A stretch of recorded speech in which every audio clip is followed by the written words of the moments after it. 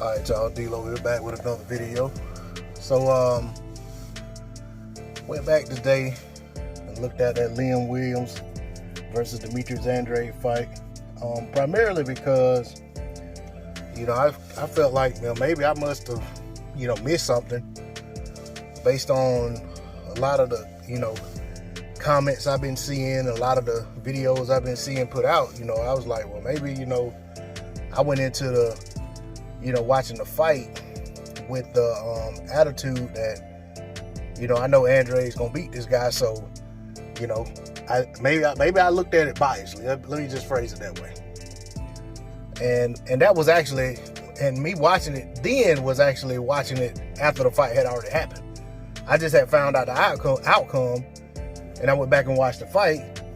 But then today, after hearing all these comments and stuff, I'm like, okay, so what went on? So I really looked at it and tried to dissect the fight and tried to really look at it, looking for, criticism of Demetrius Andrade. And while every fighter in every fight has things that you can criticize them for, I feel like a lot of the stuff I've been reading and hearing, there's a lot of over criticism. There's a lot of reaching. And a part of it is that a lot of people Demetrius Andrade just isn't everybody's cup of tea. Let me put it that way. He's kind of, he's kind of an against the grain type of guy. So for a lot of people, it's easy to find flaws and poke holes in everything he does, even if he's the aggressor in a fight. They can criticize and say he was recklessly aggressive.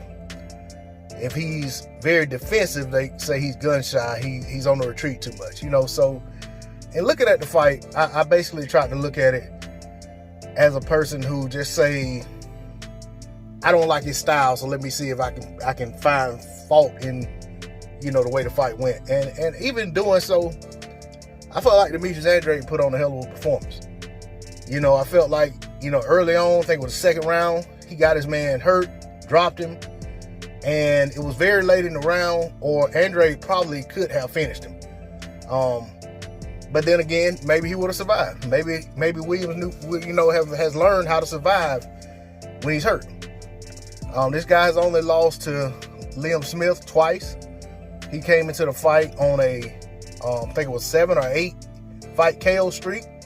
And the guy, he expected to win the fight. I think this guy really believed he was going to beat Andrade, and I don't think he thought there was anything to Demetrius Andrade. He didn't think Demetrius Andrade was special. But as it goes to the fight, how the fight played out, I think it looked like a Demetrius Andrade fight during the start to finish. So with that being the case, it's hard to say that Demetrius Andrade had all these struggles that a lot of people are saying. Yeah, he got caught and he labored for a while trying to get his bearings back, and he was in a situation where, he had to get out of the round, get himself out of trouble. And then once he got himself out of trouble, he had to get back on his, get back on his stick, get back to throwing that jab, get his movement back right, get back into his rhythm, and which I felt like he did a good job of doing. Now that to say, I'm not going to sit here and say that this is the best I've ever seen him look. But I will say that, all things considered, I feel like the man put on a great performance. Let me take that back. I'm not going to say great. He put on a good performance against a game opponent who came to win, and he, for the most part, had his way with the guy. Now, we can say, because we go into these bouts with these UK fighters against American fighters, and in most cases, we already made our mind up that the UK fighter ain't got much to offer. So our expectations are great for the American fighter in most cases, especially when he's a world-class champion, 2-division champion, undefeated fighter with a pretty special skill set.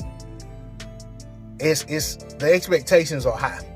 So I want to say that for a lot of people, maybe whether they like Andrade or not, their expectation was greater than what the performance was.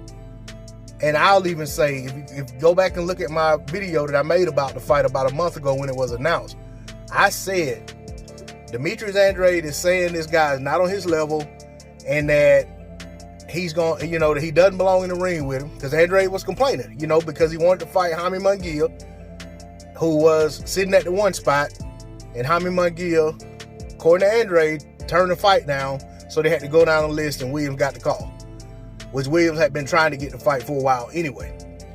And I said that if this guy is not on Andrade's level, Andrade needs to go out there and show that. Now, did he show that or not? That's up for debate.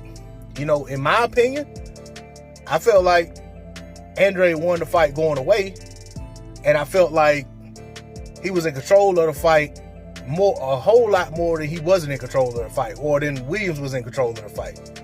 So for me, I have to give him, you know what I'm saying, give him a high grade on his performance. And maybe Williams was better than Andrade thought he was. Maybe Williams was better than some of us thought he was. But I know that most people want to say, I'm not going to say most, let me take that back.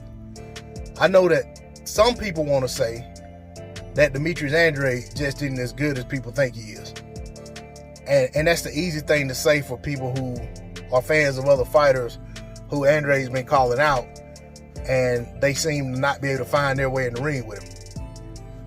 But, you know, I'm not like I said, I can't find the stuff that I'm hearing people say. I just don't, I'm not seeing that, you know, because it's boxing.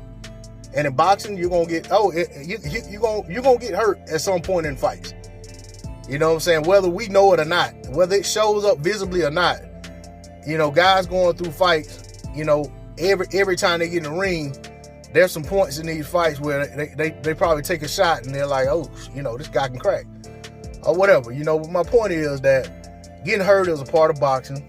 He got hurt, but also getting through getting hurt and getting back on your game plan is a part of boxing. There's a part of boxing that a lot of fighters hadn't mastered. There's a part of boxing that a lot of fighters hadn't figured out. They hadn't figured out how to get themselves through tough patches and fights. They hadn't figured out how to will themselves out of a bad situation in a round to get to the corner and come back out the next round and start fresh, or to start anew. You know what I mean? So that's all I got to say on the subject. D-Lo 404 Boxing. Like, share, comment, and subscribe. I'm out. Peace.